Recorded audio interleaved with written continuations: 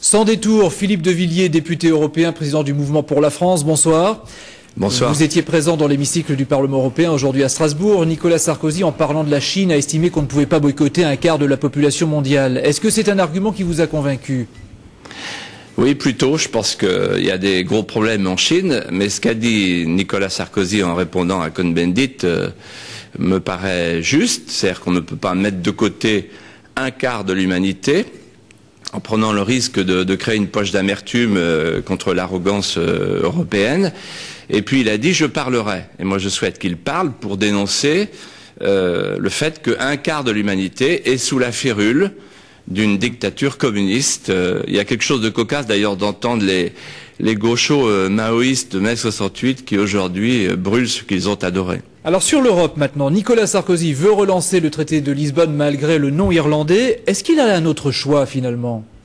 Oui, le traité de Lisbonne est mort, Monsieur Le Tellier. Il est mort parce que dans le droit international, il est dit depuis toujours, c'est une tradition immémoriale, que lorsqu'un traité n'est pas ratifié par tous les peuples signataires, le traité est caduc.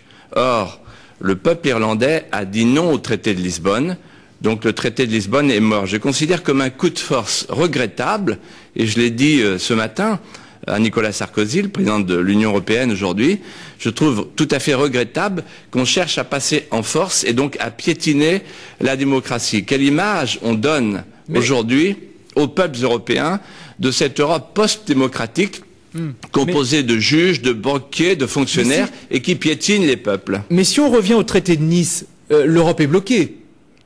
Mais pas du tout. Ce qu'il faut faire aujourd'hui, si vous voulez, la présidence française se trouve devant un choix crucial. Ou bien on continue avec un processus que les peuples européens ressentent comme un processus d'aliénation. Ou bien la présidence française est l'occasion historique de remettre l'Europe d'aplomb, tout simplement en disant aux commissaires de Bruxelles, désormais vous ne serez plus des commissaires gouvernants, mais des commissaires secrétaires. Parce qu'il faut bien voir, Monsieur Le Tellier, pendant qu'on se parle tous les deux, qu'est-ce qui se passe? Regardez, OGM, Euroshare, fiscalité, pêche, agriculture, délocalisation. Tout à l'heure, vous évoquiez le problème de Doux qui part au Brésil. Tout nous échappe. Tout échappe au président de la République française. Toutes les commandes sont entre les mains de M. Barroso, le commissaire de Bruxelles. On va parler maintenant du fonctionnement de l'Europe qui repose sur trois institutions. Le Parlement, la Commission de Bruxelles, le Conseil européen. Il faut dire que le rôle des uns et des autres n'est pas toujours facile à décrypter. Explication avec François Poulet-Matisse. Les idées reçues sur le fonctionnement de l'Europe ont parfois la vie dure. Première idée, le Parlement européen de Strasbourg est une assemblée sans pouvoir. Il n'a en fait jamais cessé d'accroître son pouvoir. Il codécide désormais avec les États réunis en Conseil. Il fixe le budget de l'Europe et il contrôle la Commission de Bruxelles. Problème, les députés européens élus souvent sur des listes nationales restent mal connus du citoyen européen. Deuxième idée reçue, Bruxelles décide de tout et réglemente tout.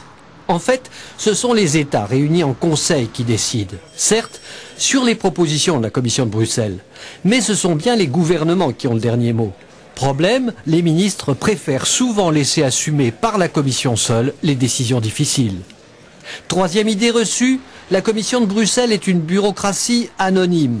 En fait, les 27 commissaires sont responsables devant le Parlement et recherchent les meilleures décisions dans l'intérêt de l'Europe au-delà des intérêts nationaux, d'où parfois leur impopularité.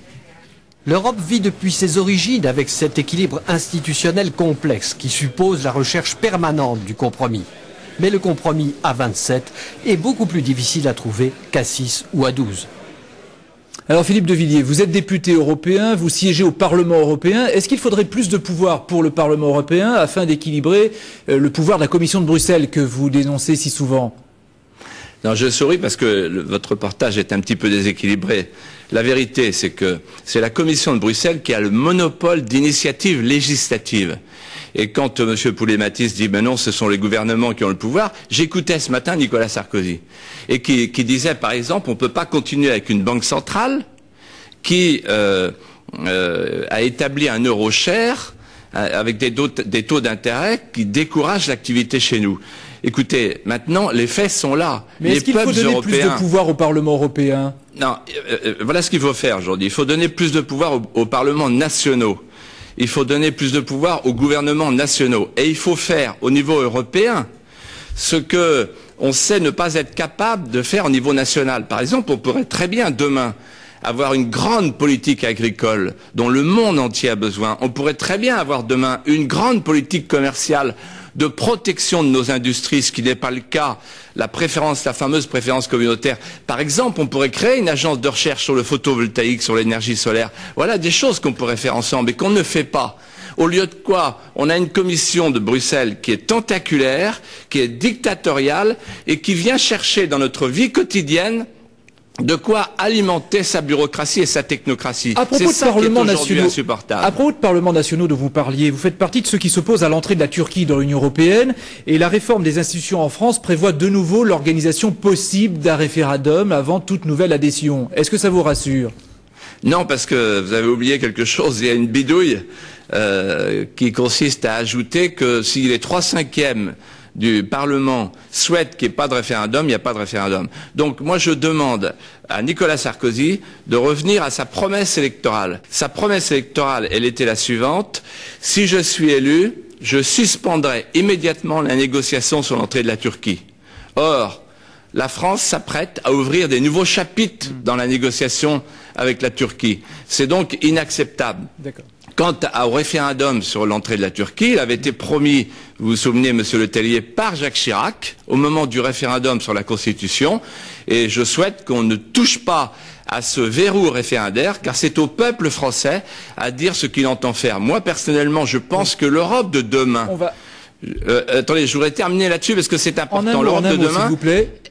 En un mot, elle doit définir un périmètre sur la Turquie, qui n'est pas en Europe. Elle doit définir une architecture où c'est le politique qui commande et pas le technocratique. Et elle doit définir un sens, une Europe de la coopération et non pas une Europe de l'intégration. Philippe de Villiers, merci beaucoup d'avoir accepté de répondre à nos questions ce soir en direct de Nantes.